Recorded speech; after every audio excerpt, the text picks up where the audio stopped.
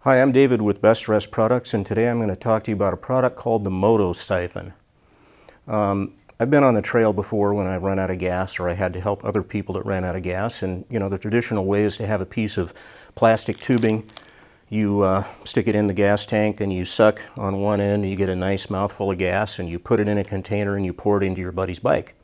In fact, this past summer on an expedition, I had to do exactly that. On that day, the fuel was a particularly fruity blend of ethanol and 92 octane gas with a delightful nutty aftertaste. But I can tell you that having siphoned gas the traditional way, it's not a lot of fun, and it's not healthy for you. So we decided to come up with a different product. We came up with a product called the Moto Siphon. We wanted a product that was small and compact, easy to carry, had a 6-foot siphon, had a good transfer rate, and it also had a container that you could pour the fuel into. Because on that expedition that I just talked about, we had to dig in the saddlebag and come up with something to put it into. So we created this kit that's only 6 by 6 by 2 inches thick and weighs about 12 ounces. Small enough that you can carry it with comfort in your saddlebag. It contains a plastic transfer or fuel bladder. It comes from the medical industry. It'll stand by itself when it's filled with fuel. It has a hard zip tie or plastic wrap at the top to help when you pour the fuel. There's a 6-foot long siphon hose. It's 3/8 inside diameter, 1/2 inch outside. It'll transfer 1.5 gallons per minute. On the end of the hose, there's a little device called the SuperJiggler. This is a siphoning device, self-priming, that begins a siphon simply by jiggling it up and down inside fuel or other liquid.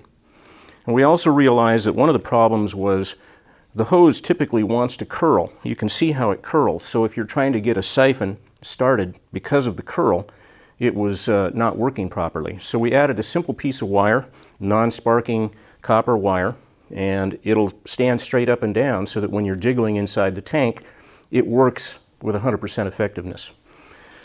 So we have the hose, we have the bag, we have the pouch, but we also included a tubing clamp. And the tubing clamp fits onto the tube. You press it into the tube, you slide it up, and then when you want to stop the fuel flow, you simply give it a good pinch, and it'll clamp off that tube and prevent gas from flowing. And this is helpful when you filled your bladder and you want to move this to the other bike. Simply clamp this off, let this hang down.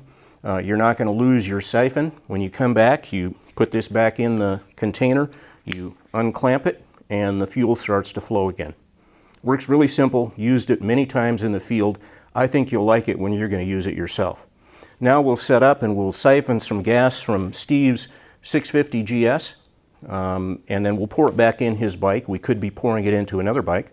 And then we're also going to do it on a Yamaha FJR. So you can see that it also works on a street-type bike with a traditional gas tank. So here we are in the siphoning process.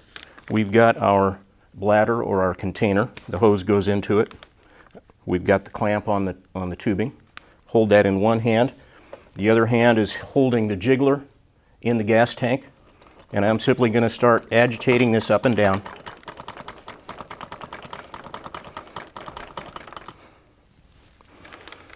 With 10 or 12 jiggles, I'm now getting a transfer of 1.5 gallons of gas into the bladder.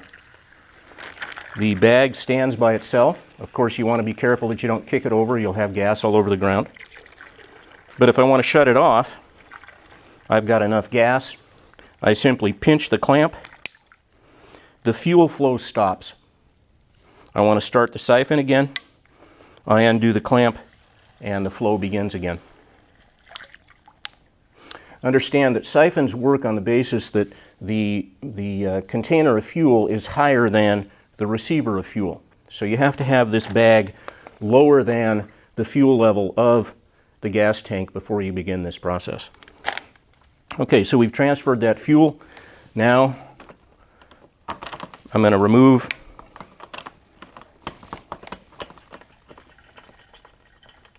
the jiggler from the tank, get it up just above where it's sucking air. I drain out any excess.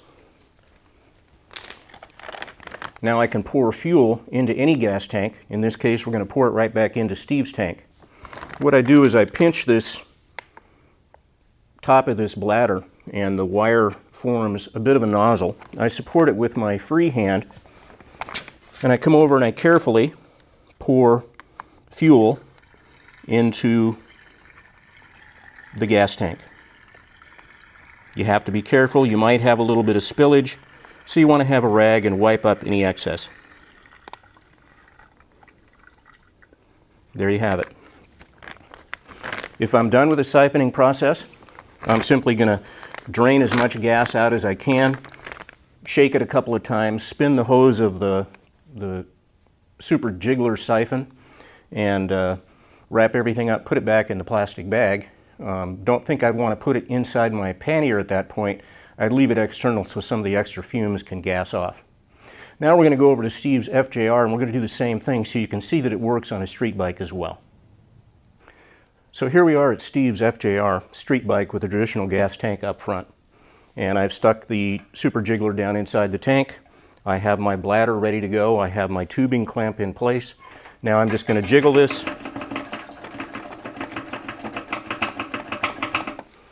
And I've created my siphon. The fuel is coming out at a rate of 1.5 gallons per minute. The bladder holds about a half a gallon, so if you want to move a whole gallon, it's going to take, 2 transfers of fuel. But let's say I get it up to where I'm comfortable with that amount of fuel in the bladder. I pinch off the clamp. I can then hang this on the handlebar and walk away. And when I come back, I can reestablish the siphon simply by releasing my clamp. Fuel starts flowing again.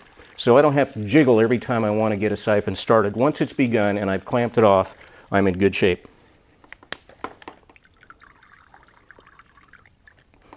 What I'm going to do now is pour into Steve's gas tank.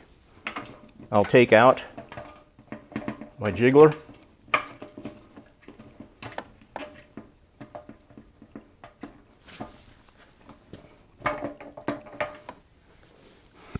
And to get the extra fuel out, I just release my clamp. And all the fuel flows out. Pinch my bag, make a bit of a funnel, hold it on the bottom, and then carefully pour the fuel into Steve's tank or somebody else's tank. And like I said, on the other bike, you may have a little bit of spillage. Have a rag handy to wipe up the excess. Let's talk about safety. Anytime you're working with gasoline, which is potentially explosive, you want to make sure that you follow safety rules. No open flames, no sources of ignition. You certainly don't want to be smoking. And also, you don't want to be spilling gas on a hot header pipe because that could ignite. So safety first, but this system will work for you when you're in the field. You need a quick and easy method of siphoning. It'll also work for cars. You can transfer fuel from an automobile. It will work for any type of fluid, basically. This works well for us, and we think it'll work well for you. We hope you enjoy the product. This is David with Best Rest Products, and we'll see you on the trail.